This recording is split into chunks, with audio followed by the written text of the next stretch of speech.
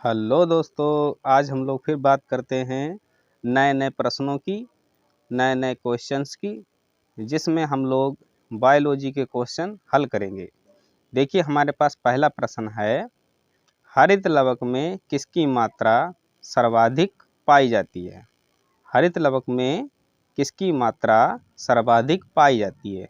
तो option A है pyruvic carboxylase, hexokinase, और सी ऑप्शन है RUDP कार्बोक्सिलेज, और डी ऑप्शन है इनमें से कोई नहीं। तो इसमें से ऑप्शन हमारा सही हो जाएगा RUDP कार्बोक्सिलेज। ठीक है, चलिए नेक्स्ट क्वेश्चन की ओर। नेक्स्ट क्वेश्चन है हमारे पास,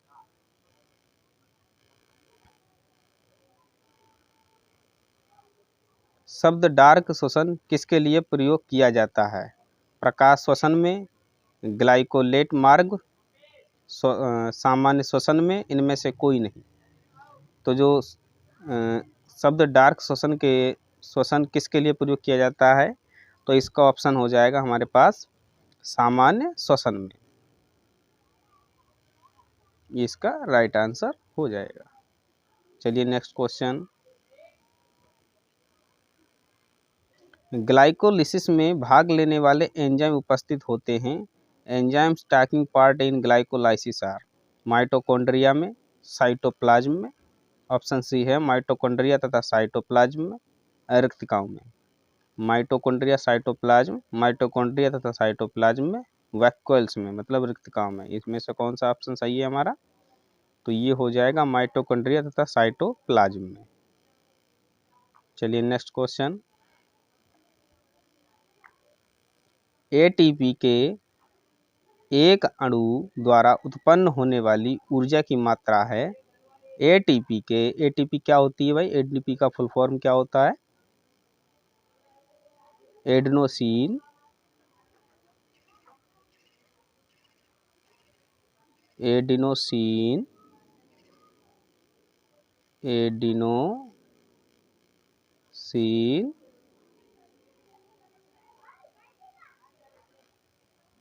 ट्राइफॉस्फेट, एडिनोसिन ट्राइफॉस्फेट। ठीक है ना, फास्फेट। ये इसका किसका फुल फॉर्म होता है? तो एटीपी का पूरा नाम होता है एडिनोसिन ट्राइफॉस्फेट। के एक अणु द्वारा उत्पन्न होने वाली ऊर्जा की मात्रा है 7.3 कैसीएल, 76 कैसीएल। किलो कैलोरी होता है ना, 721 किलो कैलोरी, 1000 किलो कैलोरी। तो इसमें हमारा सही ऑप्शन हो जाएगा 7.3।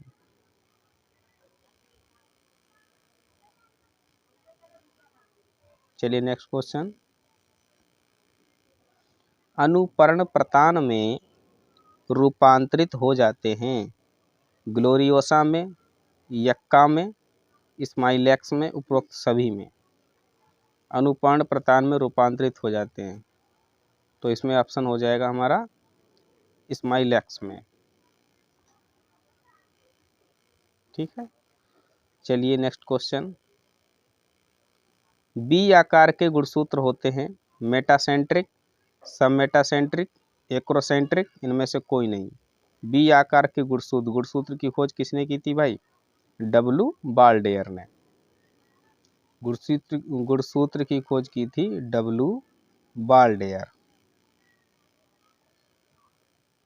डब्लू बाल्डेयर ने इसकी खोज की थी। ठीक है, तो बी आकार के गुणसूत्र होते हैं तो मेटासेंट्रिक में होते हैं। चलिए नेक्स्ट क्वेश्चन, यदि पाइनस की जड़ में 16 गुणसूत्र पाए जाते हों तो इसके भ्रूणपोष में गुणसूत्रों की संख्या कितनी होगी? पहले तो आप लोग ये बताइए कि मनुष्य में कितने गुणसूत्र पाए जाते हैं? 46। टोटल कितने गुणसूत्र पाए जाते हैं? 46। 23 जोड़ी बोला जाता है, 23 जोड़ी। ठीक है ना, 23 जोड़ी, जिसमें से जो मेल होते हैं, मेल में 23वां जोड़ा किसका होता है? 23वां जोड़ा मेल में होता है XY का, और फीमेल में किसका होता है? XX का होता है। ठीक है, तो यदि पाइनस की जड़ में 16 गुणसूत्र पाए जाते हों तो इसके भ्रूणपोष में गुणसूत्रों की संख्या कितनी होगी, तो ये आपको बताना है। तो इसका राइट आंसर हो जाएगा ऑप्शन सी 8। ठीक है ना, आधे होते हैं। चलिए नेक्स्ट क्वेश्चन, निम्न में से किस में डीएनए नहीं पाया जाता है? पराक्सीसोम में, क्लोरोप्लास्ट में, माइटोकॉन्ड्रिया में, केंद्रकों में। किस में डीएनए नहीं पाया जाता है? डीएनए एक प्रकार का आनुवांशिक पदार्थ है, डीऑक्सीराइबोन्यूक्लिक अम्ल इसका पूरा नाम होता है। इसका मॉडल किसने दिया था? वाटसन एवं क्रिक ने दिया था। तो डीएनए नहीं पाया जाता, किस में नहीं पाया जाता है? पराक्सीसोम में नहीं पाया जाता है। ठीक है, चलिए नेक्स्ट क्वेश्चन, सहायक कोशिकाएं अनुपस्थित होते हैं। सहायक कोशिकाएं अनुपस्थित होते हैं भ्रूण कोश के फ्लेमेंगो प्रकार, भ्रूण कोश का एडोक्सा प्रकार, भ्रूण कोश के एलियम प्रकार या भ्रूण कोश के पॉलीगोनम प्रकार में। सहायक कोशिकाएं अनुपस्थित किस में होती हैं? तो इसका राइट आंसर हो जाएगा भ्रूण कोश के फ्लेमेंगो प्रकार, ये ऑप्शन सही हो जाएगा। चलिए नेक्स्ट क्वेश्चन, आवृतबीजी पौधों में नर युग्मकोद्भिद है। The mail gametophyte in angiosperms, पुंकेसर, परागकोश, परागकण, जनन नाभिक। तो इसमें आंसर हो जाएगा परागकण। ठीक है, नेक्स्ट क्वेश्चन, बीटा बल्गेरिस से प्राप्त शुगर शर्करा प्राप्त होने वाला भाग है। बीटा बल्गेरिस से प्राप्त शुगर शर्करा प्राप्त होने वाला भाग है। सबसे मीठी शर्करा कौन सी होती है? फ्रक्टोज होती है ना। तो इसमें बीटा बल्गेरिस से प्राप्त शुगर शर्करा प्राप्त होने वाला भाग है पत्ती, तना, जड़, उपरोक्त सभी। तो इसमें हमारा राइट आंसर हो जाएगा जड़। ठीक है, चलिए नेक्स्ट क्वेश्चन, राउफोल्विया सर्पेंटाइना किस कुल का है? राउफोल्विया सर्पेंटाइना किस कुल का है? सोलेनेसी, पेपेवरेसी, एसोसाइनेसी, क्रूसीफेरी। तो राउफोल्विया जो है वो है एपोसाइनेसी का। ठीक है, चलिए नेक्स्ट क्वेश्चन,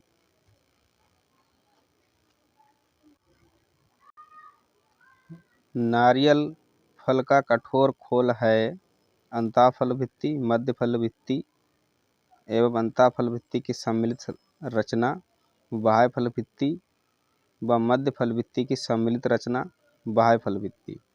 नारियल फल का कठोर खोल है, तो ये आपको बताना है। तो ये हो जाएगा अंतःफल भित्ति। ठीक है, नारियल फल का कठोर खोल किसका होता है? अंतःफल भित्ति का होता है। चलिए नेक्स्ट क्वेश्चन,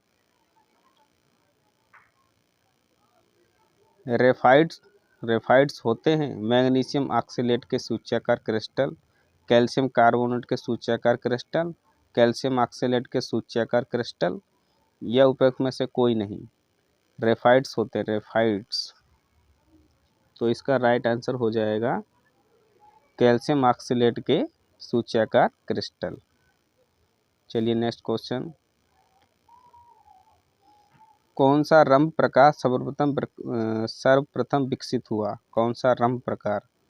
डिएक्टियोस्टील, साइफोनोस्टील, प्रोटोस्टील, सोलेनोस्टील। तो इसमें ऑप्शन हो जाएगा प्रोटोस्टील।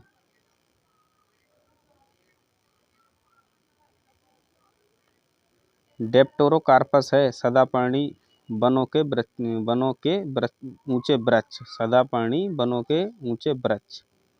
ये तो ऑप्शन मुझे लगता है यही सही है, ये सही हो जाएगा। नेक्स्ट क्वेश्चन, वर्गीकरण की मूल इकाई है वंश, जाति, कुल, वर्ग। कौन सी हो जाएगी?